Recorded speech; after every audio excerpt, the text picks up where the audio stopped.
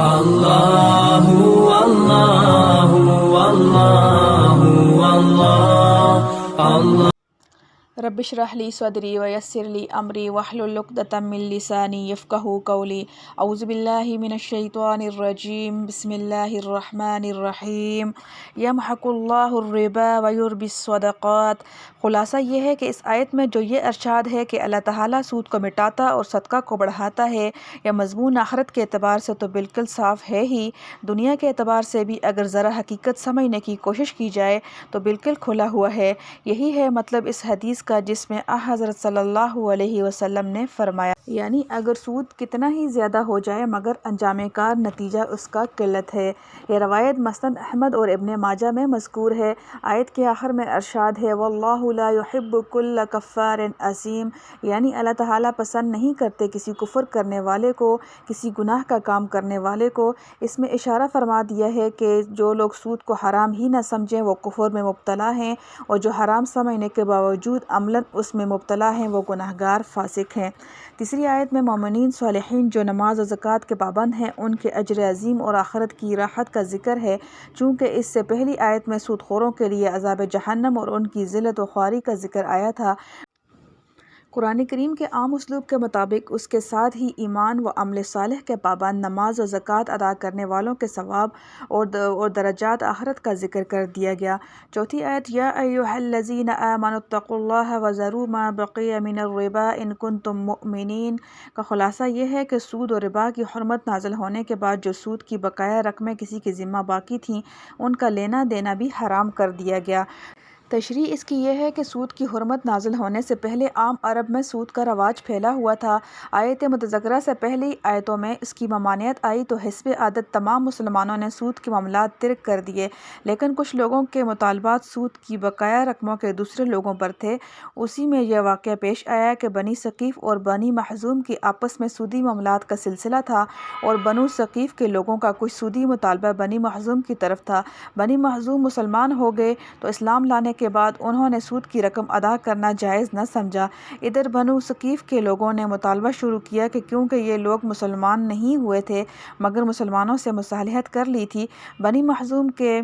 لوگوں نے کہا کہ اسلام میں داخل ہونے کے بعد ہم اپنی اسلامی کمائی کو سود کی ادائیگی میں خرچ نہ کریں گے۔ یہ جھگڑا مکہ مکرمہ میں پیش آیا۔ اس وقت مکہ فتح ہو چکا تھا۔ رسول اللہ صلی اللہ علیہ وسلم کی طرف سے مکہ کے امیر حضرت معاذ رضی اللہ تعالیٰ عنہ اور دوسری روایت میں عطا بن اسید رضی اللہ تعالیٰ عنہ تھے۔ انہوں نے اس جھگڑے کا قضیہ حضرت صلی اللہ علیہ وسلم کی خدمت میں بغرض دریافت حکم لکھ بھیجا۔ اس پر قرآن کی یہ آیت نازل ہوئی جس کا خلاصہ یہ ہے کہ اسلام میں داخل ہونے کے بعد سود کے تمام سابقہ معاملات ختم کر دیے جائیں، پچھلا سود بھی وصول نہ کیا جائے، صرف رأس المال وصول کیا جائے۔ یہ اسلامی قانون رائج کیا گیا تو مسلمان تو اس کے پابند تھے ہی، جو غیر مسلم قبائل بطور صلح و معاہدہ اسلامی قانون کو قبول کر چکے تھے وہ بھی اس کے پابند ہو چکے تھے۔ لیکن اس کے باوجود جب حجۃ الوداع کے خطبہ میں رسول کریم صلی اللہ علیہ وسلم نے اس قانون کا اعلان کیا تو اس کا اظہار فرمایا کہ یہ قانون کسی خاص شخص یا قوم یا مسلمانوں کے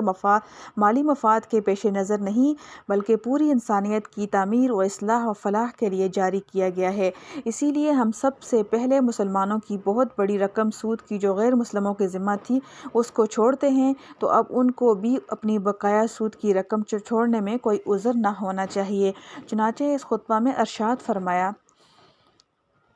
یعنی زمانہ جاہلیت میں جو سودی معاملات کیے گئے سب کا سود چھوڑ دیا گیا۔ اب ہر شخص کو اصل رقم ملے گی، سود کی زائد رقم نہ ملے گی۔ نہ تم زیادتی وصول کر کے کسی پر ظلم کر سکو گے اور نہ کوئی اصل رأس المال میں کمی کر کے تم پر ظلم کر سکے گا۔ اور سب سے پہلے جو سود چھوڑا تھا وہ عباس بن عبد المطلب کا سود ہے، جس کی بہت بھاری رقمیں غیر مسلموں کی ذمہ بطور سود کے عائد ہوتی تھیں۔ قرآن مجید کی آیت متذکرہ میں اسی واقعہ کی طرف اشارہ اور بقایا سود چھوڑنے کا حکم مذکور ہے۔ اس آیت کو شروع اس طرح کیا گیا کہ مسلمانوں کو خطاب کر کے اول اتقوا اللہ کا حکم سنایا کہ اللہ تعالیٰ سے ڈرو، اس کے بعد اصل مسئلہ کا حکم بتلایا گیا۔ یہ قرآن کریم کا وہ خاص طرز ہے جس میں وہ دنیا بھر کے قانون کی کتابوں سے ممتاز ہے۔ جب کوئی ایسا قانون بنایا جاتا ہے جس پر عمل کرنے میں لوگوں کو کچھ دشواری معلوم ہو تو اس کے آگے پیچھے خدا تعالیٰ کے سامنے پیشی اعمال کے کے حساب اور آخرت کے عذاب و ثواب کا ذکر کر کے مسلمانوں کے دلوں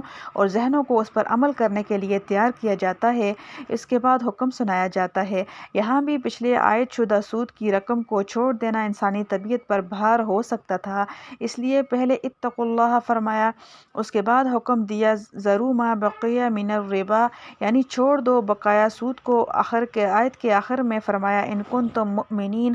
یعنی اگر تم ایمان والے ہو۔ اس میں اشارہ کر دیا کہ ایمان کا تقاضا یہ ہے کہ حکم خداوندی کی اطاعت کی جائے، اس کی خلاف ورزی ایمان کے منافی ہے۔ یہ حکم چونکہ تباہ پر بھاری تھا، اس لیے حکم سے پہلے اتقوا اللہ اور حکم کے بعد ان کنتم مؤمنین کے ارشادات ملا دیے گئے۔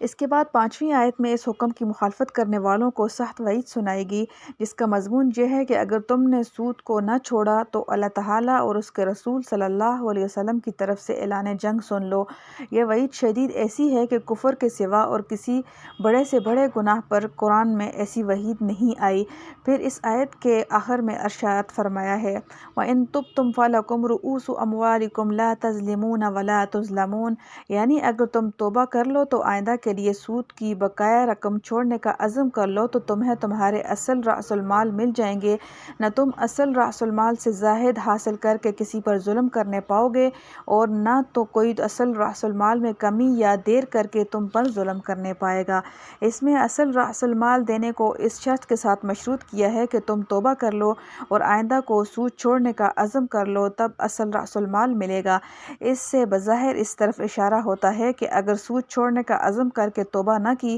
تو اصل رأس المال بھی نہ ملے گا۔ سو اس کی تفصیل یہ ہے کہ اگر مسلمان ہو جانے کے باوجود سود کو حرام ہی نہ سمجھے، اس لیے سود چھوڑنے کے لیے توبہ نہیں کرتا، تب تو یہ شخص اسلام سے خارج اور مرتد ہو گیا، جس کا حکم یہ ہے کہ مرتد کا مال اس کی ملک سے نکل جاتا ہے، پھر جو زمانہ اسلام کی کمائی ہے وہ اس کے مسلمان وارثوں کو مل جاتی ہے، اور جو کفر کے بعد کی کمائی ہے تو وہ بیت المال میں جمع کر دی جاتی ہے۔ اس لیے سود سے توبہ نہ کرنا اگر حلال سمجھنے کی بنا پر ہو تو اس کو اصل رأس المال بھی نہ ملے گا، اور اگر حلال تو نہیں سمجھتا مگر عملاً باز نہیں آتا اور اس کے ساتھ جت بنا کر حکومت اسلامیہ کا مقابلہ کرتا ہے تو وہ باغی ہے، اس کا بھی سب مال ضبط کر کے بیت المال میں امانت رکھا جاتا ہے کہ جب یہ توبہ کر لے تو تب اس کا مال اس کو واپس دے دیا جائے۔ شاہد اس قسم کی جزیات کی طرف اشارہ کرنے کے لیے بطور شرط فرمایا گیا ہے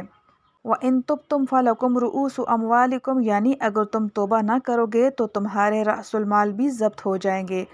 الحمدللہ حمداً کثیراً طیباً مبارکاً فیہ کما یحب ربنا ویرضى، اللہم اجعلنا من التوابین وجعلنا من المتطہرین وجعلنا من عبادک الصالحین وجعلنا من الذین لا خوف علیہم ولا هم یحزنون۔